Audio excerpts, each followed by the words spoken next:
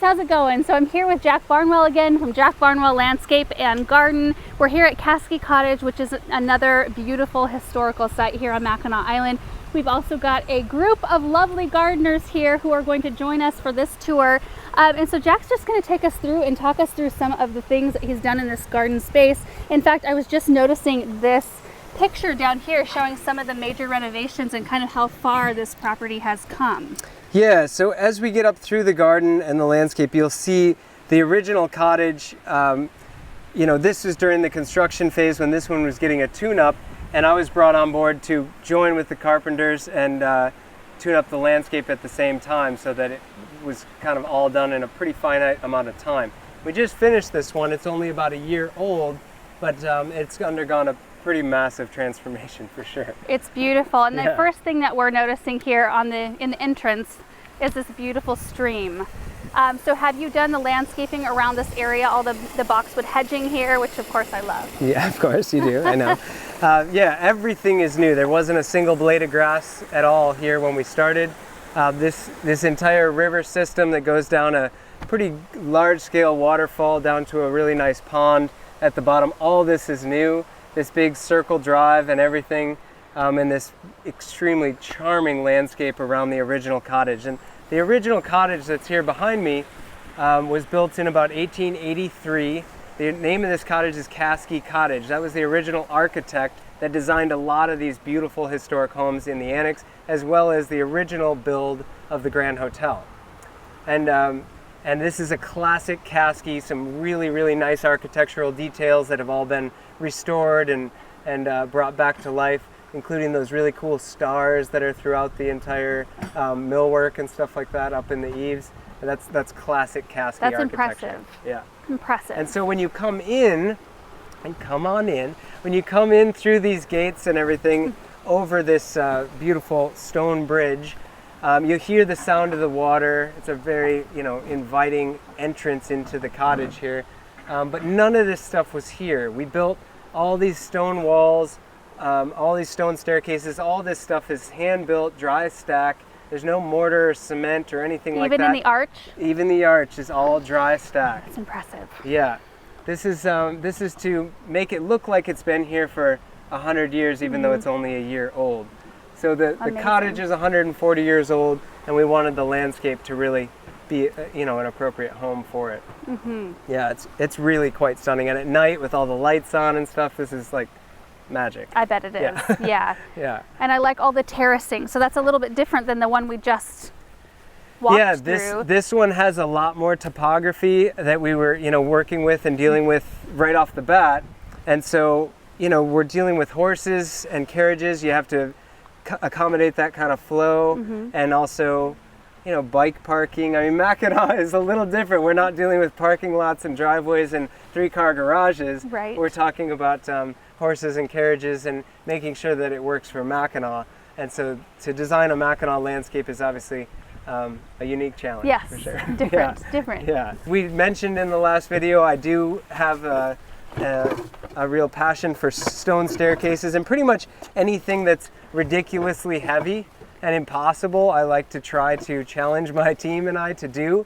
So all of this was built, by hand here on the island, and we go and hand pick a lot of really cool old craggy, mossy boulders and stuff out of fields in the UP to be able to tuck them into these landscapes. So again, they look like they've been here for a really long time, even though this is only a year old. That's amazing. Yeah, it's really, really So neat. this one you placed by hand? Yeah. And that one you placed by hand? Yep. That's just amazing to me. Yeah. How heavy these things are. Yeah.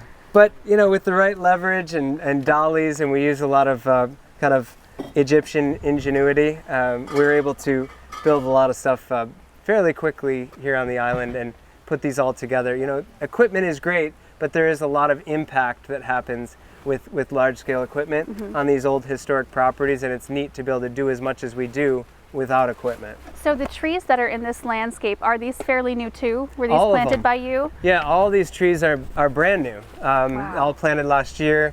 We've got some different birches, several different varieties of birch. Amelanchier, also known as serviceberry, that's a serviceberry. native that is a quite lovely little clump there. And throughout the whole property, we've planted a whole lot of trees because, like I said, this one was a real doozy and needed a lot of renovation. So when we started, there weren't any trees at all, and the trees that were here were in really, really rough shape. And I see there's Irish moss here that's, Yes. that's taken. See, this is a year old. So we did same thing that we just did at the Lilac Cottage, but this is a year old, and that's what'll happen. Wow. And what we can do too, which is really neat, is you can just tear it off and see all those little roots Yep. and everything in there. You can just pack that right in there. Nice. And fill that joint right up. Give a little to a friend. I'm gonna get home with this. My moss from Mackinac. Yeah, that's Mackinac That moss. is I'm telling you Mackinac what, moss. No, I'll find that's a worth spot. a fortune. Here we go. There you go. There you go. Yeah, that's Yeah. a perfect spot. I couldn't have designed it better myself.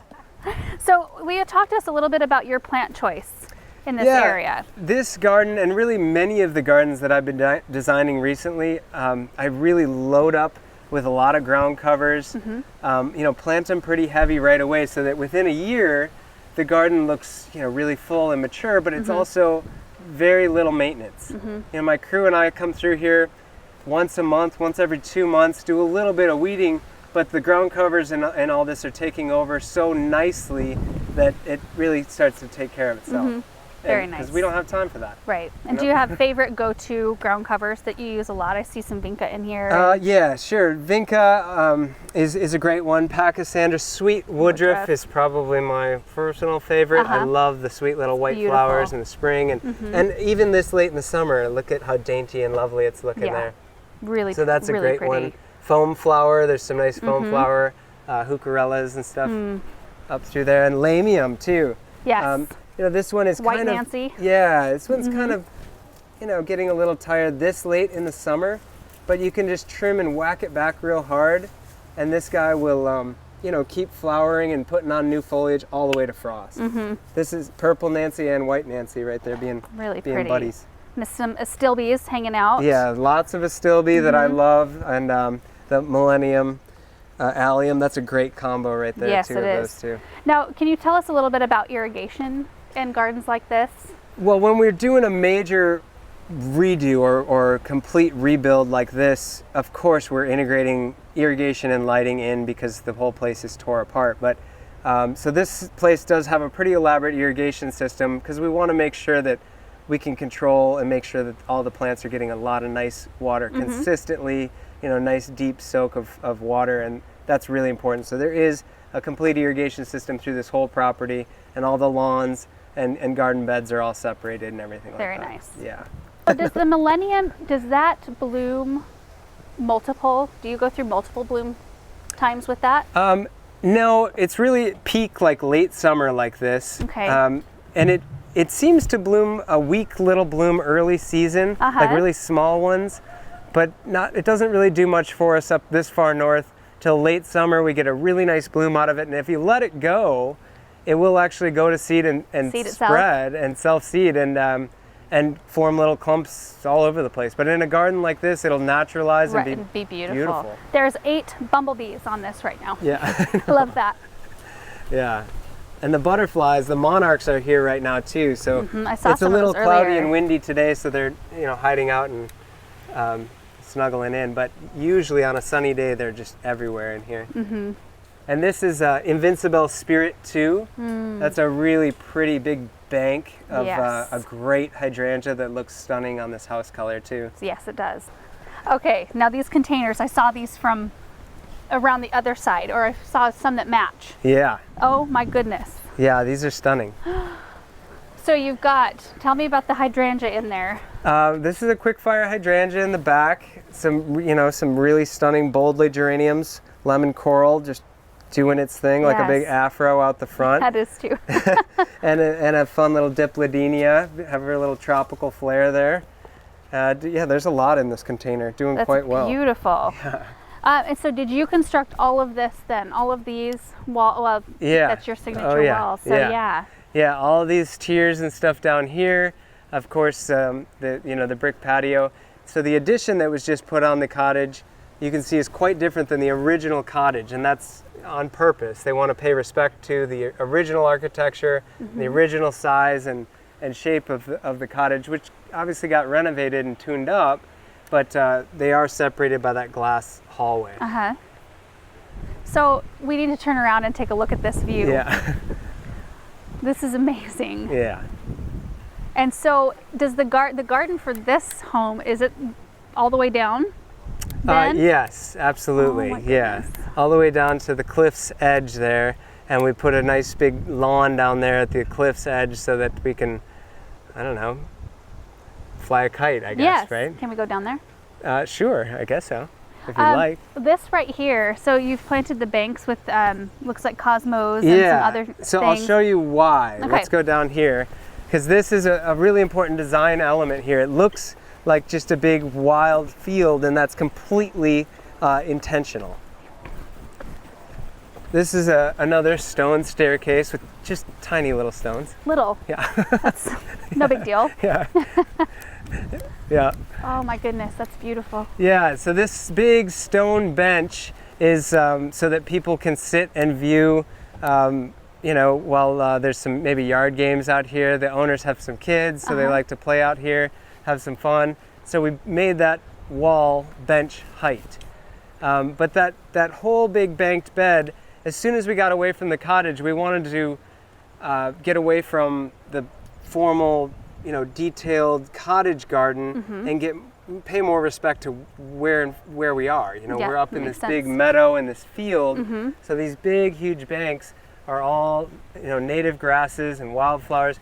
And we throw some cosmos and poppies in there for color and some annual color, of course. That's awesome. Yeah, that is so And pretty. this whole bank behind us is the same. So when you see the cottage from the water, from down below, it looks like it's just floating in this field of wildflowers, and you can't see any of the landscape or any of these stone walls or any of, you know, all this work at all. All you see is just this cottage kind of floating in a field. Oh, we gotta go see that. Yeah, it's pretty neat.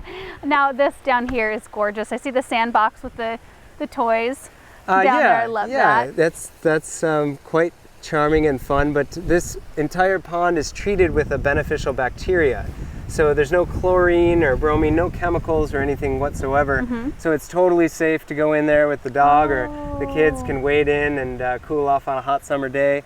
And that is the entire pond system for this large scale, you know, waterfall and river system. It all cycles Oh my through. word. Yeah. Oh, that's pretty intense. Yeah. Wow, that's beautiful down there. Yeah. Oh. So are there future plans for this area down here? Yep, we've still got a lot of things to do. Initially, we planted a lot of trees and stuff in through these meadows to try and get them going, you know, get them planted, get them established out in these meadows, because all of this was, it came down in some huge, huge windstorms, and it was just a big monoculture of cedar trees like that is over there. And it all came down in a big, huge pile of mess. All that had to go. So we're starting a bunch of new trees, a lot of birch, maple, there's quaking aspen, and of course lilac. We are on Mackinac Island. But otherwise all native trees, and as that meadow gets going, we'll have just mowed paths all through it. So it'll be like a wildflower meadow through the forest. Magical. Kind of thing. Yeah. All right, guys, so that's it for the tour of Caskey Cottage. Thank you so much, Jack, again for touring us through and giving us all the details and the history. Thank you guys so much for watching this video, and we will see you in the next one. Bye.